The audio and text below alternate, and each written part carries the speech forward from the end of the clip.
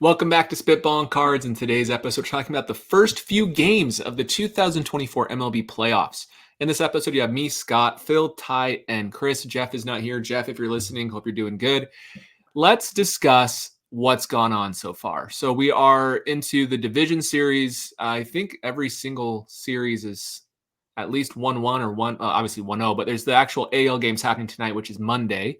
And it's been a good couple games so far. I feel like these playoffs are pretty intense, some very big moments, some players rising up to the occasion and others who aren't doing so much. Let's discuss who we've been most impressed with, who we've been underwhelmed with, and if that might apply to their baseball cards. So Ty, tee us off. Who are you impressed with so far in the last wild card and division series? Well, I'm deferring watching game 2 of the Tigers game right now as we speak because we're recording this video. So obviously I'm hoping that I'm going to come back and find out that Skubal dominated and we evened up the series 1-1. But I've been really impressed with him. Obviously in his first outing, he was lights out against the Astros in game 1. So he comes to mind first for me. I was really impressed with Jackson Chourio, even though, unfortunately, Milwaukee got bounced late due to Pete Alonso's historic heroics and his big bat. But Chourio looked really good. He looked pretty solid. And those are probably the two guys that come to mind. Harper's been good. He had a big game the other night. Ohtani, obviously, has been solid. But there's still a lot of baseball to be played. And I think so far it's been some of the kind of like unsung guys that are coming out of nowhere. Pete Alonso's cards are up 25% in the last 2 weeks. So he's hot right now. Phil, who you been impressed with? Yeah, so I made a comment last week saying that great players don't always win championships, and not that was a slight at Ohtani, but I didn't expect Ohtani to have his first big moment right away. So he got the first one out of the way quick. So maybe this means he won't be pressing. And I mean, it was a massive home run. We saw a bat flip, which I don't know if I've seen that sort of reaction from Ohtani, but that was awesome. That was like the one thing we were missing from him, was like a moment like that where he has that, that little bit of swag or a little bit of animosity, or what is that? Being a douche when you're like flipping a bat. Gotch. That, yeah. Pete Alonso, as Ty mentioned, I mean, this is a guy that's struggled all year. If you were looking at his baseball savant, there's really nothing broken. He's still fairly young. He's still 29, but this is kind of a key year, and everything had to go kind of the right way, I think, for him to get a nice big extension for the Mets. You mentioned in our group chat after he hit that home run how big of a home run that was for him. Like in multiple ways, for the contract, for his legacy. He's been pretty bad this year. At least Mets fans say how bad he is in key moments. I don't think there was much faith that Alonso was going to go deep and do that. I think that was pretty huge. How many millions of dollars do you think that made him in free agency? At least 5. Yeah. I mean, I think it might be more than that. Like, really. If the Mets sign him, it'll be more than that. Yeah. It's pretty cool. I mean, he's still a solid player. So if you look at his like splits, if you look at his K rate, walk rate, he just didn't hit for as much power this year. I think he'll be fine next year. I think he had a hard time like hitting sliders, and I was looking into the detail with his numbers. This is the first year ever for him. I think his ISO is like well below 250. So, I mean, is he still a DH? Inevitably, yes, he is. If he leaves the Mets, is that bad? I do believe so, yes. But I don't know if he necessarily will, and maybe there'll be some sort of a hometown discussion. Yeah. The thing is, like, we always saw the Mets as being Alonso's team up till this year. Now it's Lindor's team because of how he played, in my opinion. Maybe that's just my perspective and it's limited, but that's kind of the way I see it. It's interesting to me that people will say he had a bad year. I mean, last year, his OPS plus last year was 123. His OPS plus this year was 123. What's interesting is last year he hit 46 homers. This year he hit 34. So a little bit of a different story, obviously, with the rest of the league, I guess. But I mean, he's kind of on par with his historical performance outside of that rookie year when he mashed 53 home runs. So he's kind of, I would say he's been pretty consistent. So let's look at his high leverage stats. Maybe that's why people are mad at him. His medium leverage stats, he has a 677 OPS with a 214 batting average and 9 home runs. His high leverage, he has a 226 average with a 748 OPS while low average, he was a 271 hitter with a 911 OPS with 20 home runs. So I think that has parts of it is because he didn't come through. So Mets fans just didn't feel good about him, even though the numbers didn't quite tell the whole story. Kind of like Paul Goldschmidt this year. Like his numbers aren't horrible. He was a league average hitter, but for 4 months, he was like an automatic out. So I think it's one of those things where that's probably why they felt that way. Plus, he had a sub 800 OPS, still a 123 OPS plus, but that's tough for like a slugging first baseman to see. Some people might not know what you mean when you say high leverage. Scott, do you want to? Oh, high leverage. Literally. So on baseball, thanks, Ty. On Baseball Reference, they actually categorize things based off of like situation. So like runners in scoring position within a 1-run game in the 8th inning. Like it literally does high leverage and low leverage. So that's literally what it is. And it categorizes all your stats in those situations. And he was not great, but it is what it is. He hit 214 last year, I think. So Yeah. the OPS plus being the same as last year, yeah, he had a lot of home runs, but I know what you mean. I know what you mean, Ty. Like if you look at his overall career, like it's not that out of line. Maybe it's just a testament to the rest of the league being down this year. I don't know. Seems weird that the OPS plus would be that good. Yeah, it does seem weird too to hit 34 home runs and only have 88 RBIs. Pete Alonso was a top 10 MVP finisher in 2022. Do you guys know that? Yeah. He has 2 top 10 MVP finishes in his career. Yeah. Pretty cool. Yeah. Okay. Lindor, I think, has put himself on the map as a long-term Met in the last month. A lot of Mets fans have been kind of on Lindor's case due to like the contract, defensive first shortstop, but it really feels like he is now a beloved Met. Do you guys agree? I would definitely agree with that, but I just want to answer your first question. Okay. The most impressive thing I've seen since the playoffs started was actually from Phil, and it was the sheer audacity to edit a reel of Jeff saying he felt optimistic about the Brewers and then post it to Instagram within 24 hours of their elimination from the playoffs. It was like just an impressive troll job that I really have to give Phil credit for. Wow. I mean, just no sensitivity. No, I mean, yeah, Jeff was really going through it that morning, and he opened up IG, and that was the first thing he saw. And I think he needs a new phone. I'm pretty sure. That was a brutal game for Jeff. That was tough. But I think the real hero of that game was the Mets hitting coach. If you guys saw the John Boy breakdown, like he spotted Devin Williams was tipping. And like there's video of him in the dugout saying, like with his hands, like the hands where you could see with the glove when the changeup was coming. So if you watch that at bat, Alonso's just sitting changeup the whole time. Like he just skipped on some fastballs. He knew it was coming, and he did what you're supposed to do when you know a pitch is coming. But yeah, that's harsh. That was a rough way to watch. Jeff and I were actually doing our YouTube live while that game was going on. And in the 9th inning, I'm like, if you want to go, like I can just ramble, And he's like, no, it'll be fine. It'll be fine. And I 120 people watched his heartbreak on live on video. It was tough. Poor guy. So what's amazing is you said Alonso's going to get at least another $5 million for that homer. But somebody else in the Mets system noticed him tipping. Like he needs to tip somebody else $5 million. Yeah, the hitting coach absolutely needs a holiday bonus, for sure, 100%. Last thing on Lindor, he was like the big winner. It wasn't game 163, but it basically was. It was an elimination game on game 162. If they won that game, they were in the playoffs. If they lost, the Diamondbacks were in the playoffs. And he hit a 3-run home run in the 9th inning to tie the game. Is that what it was? A two-run homer to win the game, essentially, in the top of the 9th. That crazy first game of the doubleheader on Monday. Yeah, that's one of the biggest regular season hits in Mets history. Yes, literally. And I know if they lose the playoffs, it's sad and it is what it is. But for Lindor, I think that cements his legacy a little bit as a Met, and that will always be remembered. And I think that's going to maybe raise the floor on his cards a little bit, potentially. Who knows? He's cemented himself as a slow starter of the Mets too. He hasn't been an all-star yet. So yeah, he's had a lot of great. He's had a few great seasons with the Mets. Okay, yeah. Bryce Harper.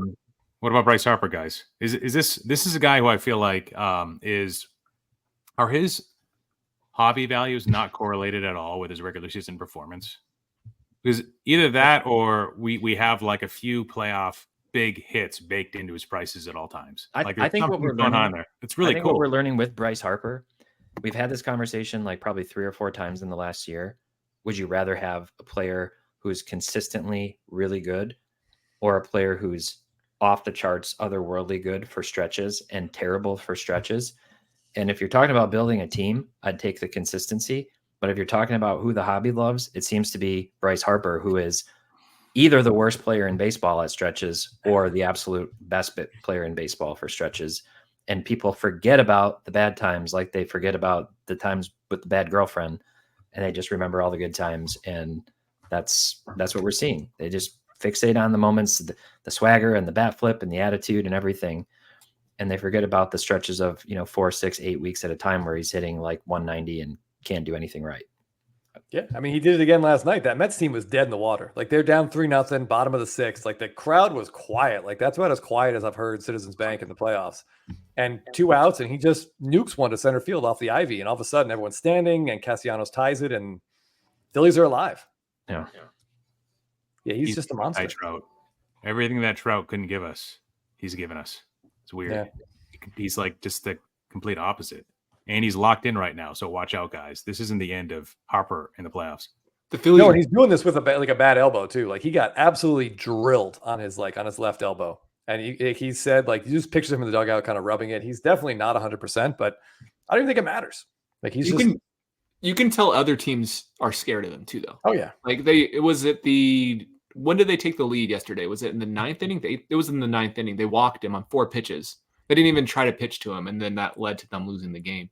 And it's like they have no desire to go after him. And the thing is, Castellanos and Bryson Stott picked him up and won the game. And like that's something that you can't say for Judge or Mookie or some other players so far this postseason. There's no fear. I guess the Padres intentionally walked Mookie twice in game 1. But my point is, like, Judge went 0 for 4 with 1 walk, I think, and a couple strikeouts or something. Like, hopefully he figures it out, because I think his hobby needs it. But there's something about Bryce Harper in the postseason. He's just a different person. It's interesting. Yeah, I could share some price movements over the last couple of weeks for some of the top guys. I mentioned Alonso at 25%. Scooble's up 20%. iFOMO purchased. Where is it? I'll grab it. Where did it go? Maybe I definitely aided in Ty's FOMO. I sent him a really nice looking Scooble gold refractor. I bought a whole bunch of Vientos. No, yeah, there it is. Yeah, but I'll just do this real quick. Oh yeah. So bought that. Probably at an all-time high price, but had to have it. So we've got Vientos is up big time. Look at that. 17%. Lindor up 16%. Surprising to see Harris up. Harris had a huge September, and he went into their playoffs this year like 1 for 27 in his postseason career, and he had a great 2 games. Yeah. So Tatis, he's gonna keep rising. I think. Really weird to see him here when he didn't even pitch in the final outing. But I mean, this is when we start getting into kind of negligible. There's a lot of cards up and down. So nobody really down a lot other than Jackson Jobe, and this has everything to do with him getting the call up, going up, and then unfortunately getting touched up by what was really some really good hitting, as opposed to bad pitching in the last series against the Astros. So anyway, nothing too notable to scream off the charts yet, other than I would say Alonso and Scooble. You know who's impressed me? Jackson Merrill. He looked real good for the Padres the last few games. I know people have been saying that all season, and he has looked great all season, but he's been impressive. And I don't know. I think he's 21 years old. It could be a big place for him in the hobby. Phil, I feel like you're also kind of high on Jackson Merrill. Am I wrong? Well, I don't know. Would you say he's the best Jackson out of the Jacksons? Where would you rank him? The Jackson 5. So Chourio, 2 opposite field home runs. He looked great. Got eliminated pretty quickly, but that's what you want to see. So as a guy that, if you were looking to buy Chourio, you wanted him to get out before he did more of that. And this is what happened to Wander Franco in 2021. 2 home runs in a short series with, I think, the Red Sox, and got bounced out in the playoffs in the first round. Because that guarantees, in my opinion, a hype cycle buildup in January, February, March, somewhere around that time frame. He's going to be one of like the top 5 to 10 young players that people are going to be buying, in my opinion, just based off those 2 home runs. Like, hit him opposite field. Is that anything new for him? Not really. I think he did that like 6 out of his 21-ish or so times. But I think we saw enough from him. Would like to see a little bit more, maybe with the speed, him showcasing that a little bit. But I mean, it's I made a comment about like the electrifying skill set, kind of like what we wanted J-Rod to do. Maybe J-Rod still does it. Hopefully he does. It would be nice if Jackson Chourio was a little bit better looking. That's what Chris had said. But, I'm not going to hold that against him. It's not his fault. And Chourio could be interesting, not to pump him up too much here.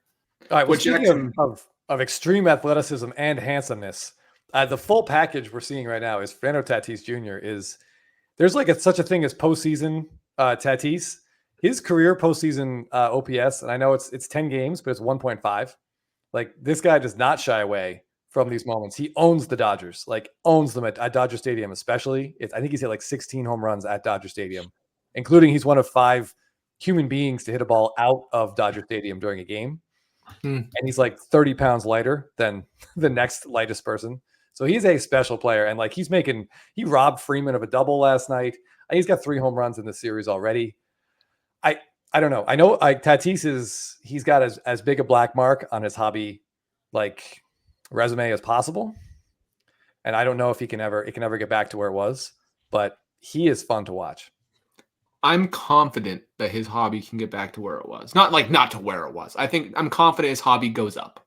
I don't think it'll ever get the fastest correction I've ever heard. I meant to correct myself because he was the hottest player in baseball. I just mean I think there's room for him to go up still. Yeah. Like, absolutely there is. He had a good year this year. 130 OPS plus. Honestly, his defense is what took a step back. So he only had 2.6 WAR. He would have been like a 6 WAR player if he had last year's defense this year. Well, he also missed 3 months with like a broken femur or something. That probably hurt him a little bit too. Still had 21 home runs in 102 games. And, I don't know. Tatis, he has all the stuff people like. It really is too bad that he had ringworm or something like that. I will say, though, my 3 picks that I picked this year, players I think whose card values could go up, were Juan Soto because of the Yankees. I think he'll do great, and that was good. Lindor, and Phil reaped the benefit of that one. And then Tatis Jr. So those are the 3 I picked. I really believe in his hobby still. I do. We made a joke, Chris and I, like, oh, look what Tatis did in the playoffs. He's now back up to if he continues doing what he's doing, he'll be at 20% of peak prices. Yeah. Then I followed up with, yeah, he's doing really well. He's 2.5x Wander prices right now. As a joke, he's probably above that, I think. Right? Yeah, I would hope. But yeah, I mean, he's incredible. And my dad hates him. My dad is a Dodger fan and absolutely hates him. Like, hates him a lot, which is a good sign, I think, for anyone's future values. But yeah, I don't know. I mean, what was the number we heard? Like his Bowman Chrome Superfractor, the guy that had it on blowout, he said he was offered like $4 million for it or something absurd before the dirt bike incident and the skin cream incident. I mean, what could Tatis do to get even close to that? To get it to like 200 grand from here? 3 MVPs, big postseasons, World Series. He has to do big stuff, really, or just string together 5-6 WAR seasons in a row. And I think that's possible though. He has that ceiling. He really does. Yeah, he's extremely talented. Yeah, I wonder if baseball will ever use him for marketing, or if the positive test just kind of removes him from that equation. Phil, what are you giggling at over there? What are you smirking at? You're thinking of something. I don't know, man. I mean, I can see a path for Kyle Schwarber to hit 500 home runs in his career. 31-year-old with 284 right now. Before I can see the path to Tatis having like meaningful hobby appeal / value ever again. Interesting. I don't know. Why do you guys think about Schwarber? The steroids? You don't think there's any way the steroids ruined him? They still feature Tatis on those commercials. He's doing those things. He's doing his poses with the sunglasses. So he's still got that. I mean, earlier this season, I said, like, Scott, I like the call of Tatis for low-end cards. I just don't think that anybody in the right mind would spend like $2,000, $3,000, $4,000 on him, thinking that they can find somebody that would take on that card from them at like a 30% higher price. You know what I mean? Like, there's like serious opportunity cost there and long-term risk if you're the guy that's holding the potato. And it's a hot potato, not a cold one with him. What do you think, Ty? Last voice around Tatis. I'm looking at his PSA 10 Bowman Chrome Auto Refractor. It's down 28% this year.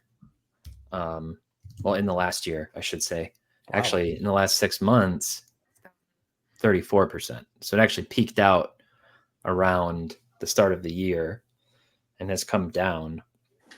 Maybe he's not ever going to get back to where he was, but that's the case with a lot of players over time. But I think there's room for him to go back up. Like, I mean, that's clearly people that watched Scott's video, went out, bought Tatis, then Tatis had the stress reaction in his leg, and they just dumped the cards immediately. I can see that graph is very clear. Sorry, guys. Clear as day. Sorry, guys. I will say Tatis is more expensive than Lindor, and I don't think that makes any sense at all. I would buy a Lindor card before a Tatis card. Yeah, I would. His blue Bowman Chrome PSA 9 is on auction right now for $1,100. A Lindor BGS 9.5 blue, and he has less parallels, I believe, from 2011, sold for like $750 to $800. Like, I would much rather have that card. The hard thing, and we talked about this though, Phil, you mentioned low end cards are the ones that Tatis could have appreciated, right? Maybe, and that was part of the piece. Yeah. But his higher end stuff is not cheap, is what you were getting to. There's too much risk, is kind of what you were implying, and I agree with that. Well, I mean, is that a testament that people do believe the fact that his prices are still at those levels, or is that just like more air in the balloon of Tatis that just hasn't come out yet because he's still technically a younger player that a lot of prospecting money's tied up into? Yeah, maybe a little bit of both, but probably more of the second, probably more of the latter. Yeah, that's interesting. I mean, Lindor's not flashy. Lindor's not going to win an MVP probably ever, even though he came close to this year, because based on default, because the rest of the league sucked. Yeah, I don't know. It's too bad. Tatis was everything we needed. He was the face of the game. He's like who people were trying to force J-Rod into being like, well, he's going to be like Tatis with all those same tools, except he doesn't have the tarnished reputation. All right, here's a second chance. Oh, wait. No, J-Rod didn't put it together. He didn't take that next step. And maybe he still does, but maybe Witt's that guy. You know, if there's one guy that's the next Trout, if you look at all the tools, it would have to be that Witt, in my opinion, right now. But who hasn't done much in the playoffs because his timing's off. Soto, though, Scott, not to jump around too much, Soto is Soto. He is him. That guy performs. Aaron Judge, jury's still out in the playoffs. Yeah, let's talk about the Yankees. So Juan Soto, he was struggling to end the season. He was just in between. He was popping up, grounding out like every at bat.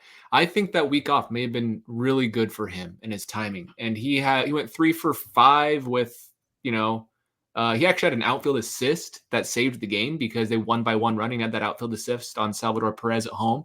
I mean, he threw out Salvador Perez. That should be like half an assist. Like he saved the game, didn't he? Yeah. If that throw was off by a foot, that's tied. So who knows? Yeah, probably. So, but I guess my point is Soto is just so good.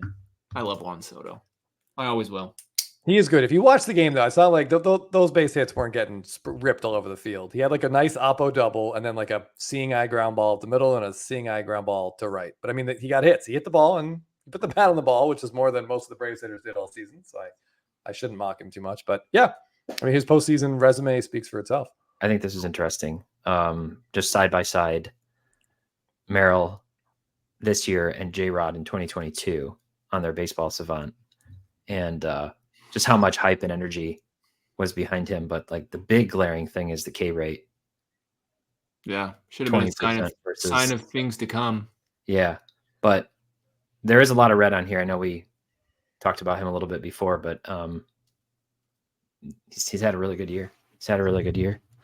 So just interesting that almost all of this is more encouraging than really what J-Rod like peaked out at. I mean, to be fair, J-Rod did have 2 top 5 MVP finishes in 2 years in a row. So like it's pretty good. Yeah. Also, Jackson Churio, 20 years old, youngest player ever, the 2020 season, which is great. Do you guys feel like the stolen base home run accomplishments are kind of not as great as they used to be? I feel like we're seeing more and more, and it's like, that's awesome. But is it because of the rule changes? Like, are we feeling a little bit from the guy who missed out on buying Ohtani? No. I love Ohtani. Like he did. I've actually was a proponent that he probably could have gotten at least 40-40. 40 from 50. The guy that owns 0 Acuna cards or Ellie cards. Hey. No, it's a genuine question. Do you have fatigue of it or not really?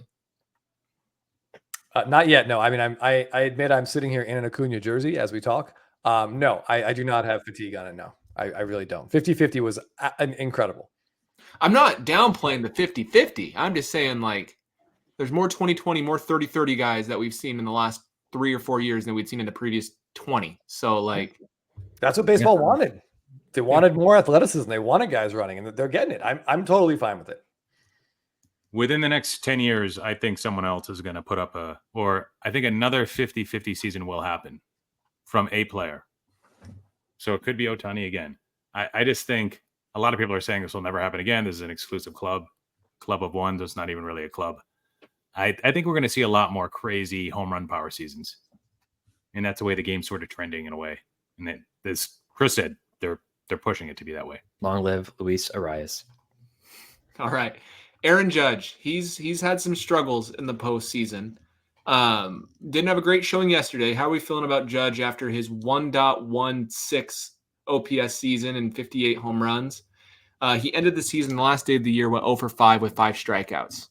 And then he had a week off, and then he went 0 for 4 in his first game. Do we think he's going to have a couple big moments this postseason, maybe in an hour?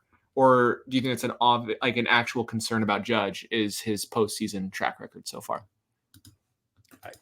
I'm not concerned about anyone's postseason track record. Like it's the sample size is it's just not big enough to get too worried about yet. He's going to be fine. He'll launch some balls at some point, or maybe not even this year, but he'll be fine. I think over the course of his career, he'll get enough postseason at bats. Everything will start to even out. He'll have a huge series somewhere in his career. What do you think? Yeah, echo that. Not too worried yet. He might be getting into his head a little bit and pressing a bit. I mean, this is New York, so this is tough. There's so much expected. Ty, any different thoughts? No, I mean, at the end of the day, he might be one of the many players who struggles in the postseason in his career. Happens to a lot of guys. It's a small sample size. It's a time of year thing. Who knows? I think he's going to get it going, but he's just too good not to, in my opinion. But we'll see. I don't know. He has 13 home runs in the postseason so far in his career, which is kind of crazy. You wouldn't realize that. Only way more than I thought. Yeah, how many games has he had so far? He's played 45 games. And he has 13 home runs. That's more than I thought, too. He's hitting 206 with the 758 OPS. But yeah, 13 home runs. Like he's had some really big moments. Really, 2022, he had a bad postseason against the Astros. He did really bad. That's what started this narrative more than anything else. Yeah, I mean, they got swept by the Astros, who had the best pitching staff, I think, in the playoffs. I mean, if you watch that game one, Michael Wacha has really good numbers against Judge and pitched him extremely tough. Yes. And then he wasn't striking out on 88 mile an hour pitches right down the middle. I mean, he got pitched tough and he went 0 for 4. It happens. I agree with that sentiment. And the pitcher he's facing tonight, I'm pretty sure he struggled against in the past too. But yeah, realistically, he's had some really big series. I know this is one wild card game if we go to a different series, but that's a big series right there. So, okay, let's talk about one more player who we need to discuss, and that's Mookie Betts. I feel bad for him. I'm not going to defend him anymore at this point. He can just have to play better. But he went 0 for 2 with 3 walks in the first game. And you're like, okay, that's a 600 OBP. That's pretty good.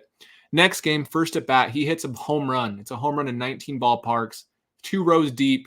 He gets robbed by Jurickson Profar. And you can just see on his face that he is just devastated.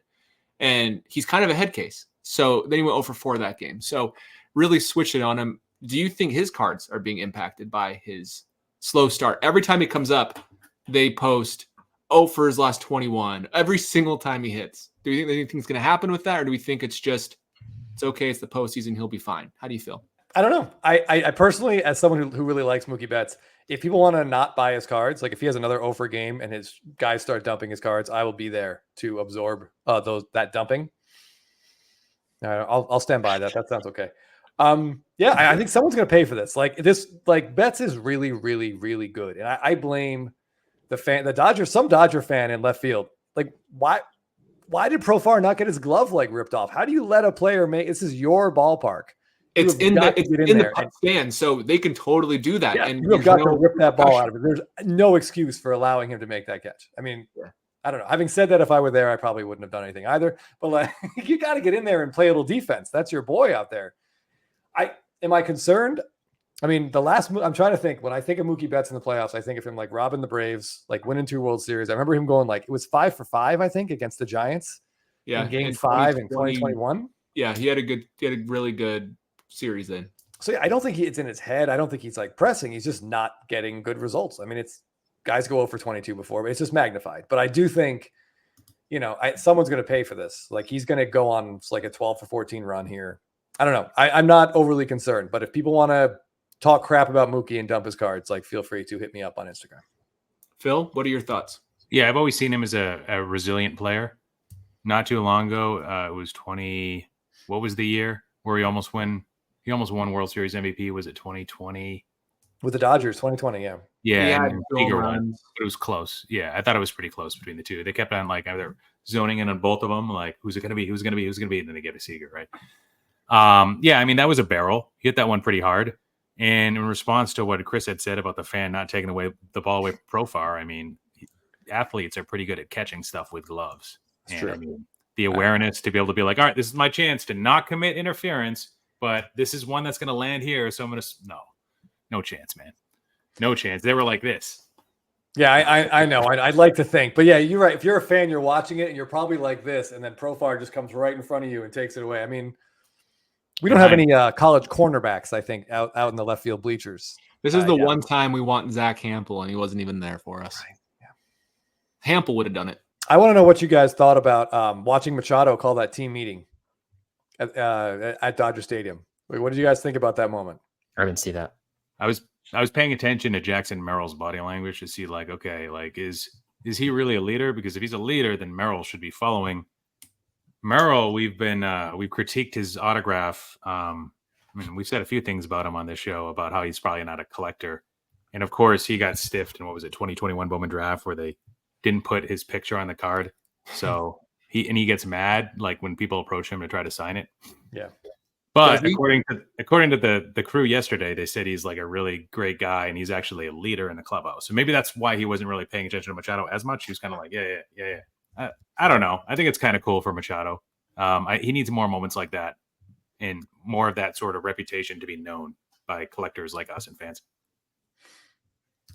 So you remember a few years ago, Jackson Merrill, when there was like a bunch of high-end Panini cards found in a dumpster? That was him. He's done a few things where you can tell he does not give a crap about sports cards. That's fine. Not every player has to, but the entire immaculate run of high-end sports cards, he just dumped into a dumpster and didn't sign them. Wow. I totally forgot that was his. I remember that picture though. Here, I'll show it to you right here.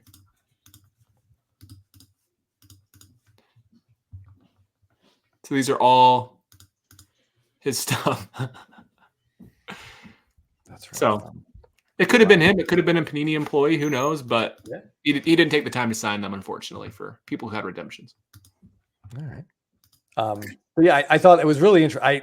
I also enjoyed like the intensity in that Dodger Padres series is awesome. Like the players don't like each other. The fans don't like each other. I don't think the coaching staff likes each other, but like watching Machado and Flaherty, like across the infield, like basically like challenging each other to a fight. Like, I think that's what we need more of that. Like maybe not, we don't need fist fights, but we need like that kind of intensity in baseball. And that just makes me like both of those guys even more. And then I thought Machado's post game, he answered it like he has a reputation for doing some questionable things and maybe saying some questionable things. But the Fox guys asked him like, what happened with you and Flaherty right there? Like, what's going on? And I was poised for this response because what's he going to say? Like, I was very curious, but he said like, listen, it's in the heat of battle. You know, we're athletes. We're trying to beat each other. And yeah, he beat me right there. Like he won that round and he made a good pitch and I missed it. Like he said all the very professional right things. So I don't know. I feel like Machado's turning a corner, but you know, aren't you a Machado? Done. Are you a Machado collector? I have 3 Manny Machado cards.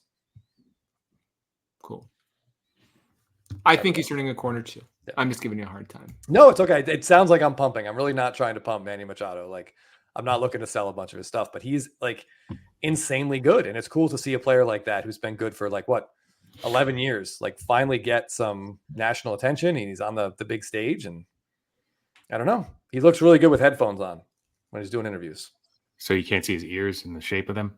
Just kidding. Correct. Yes. Oh, is it right? Okay. I am trying to sell a Machado card. So there might be one showing up on my eBay soon. I think I've got like 3 cards of his.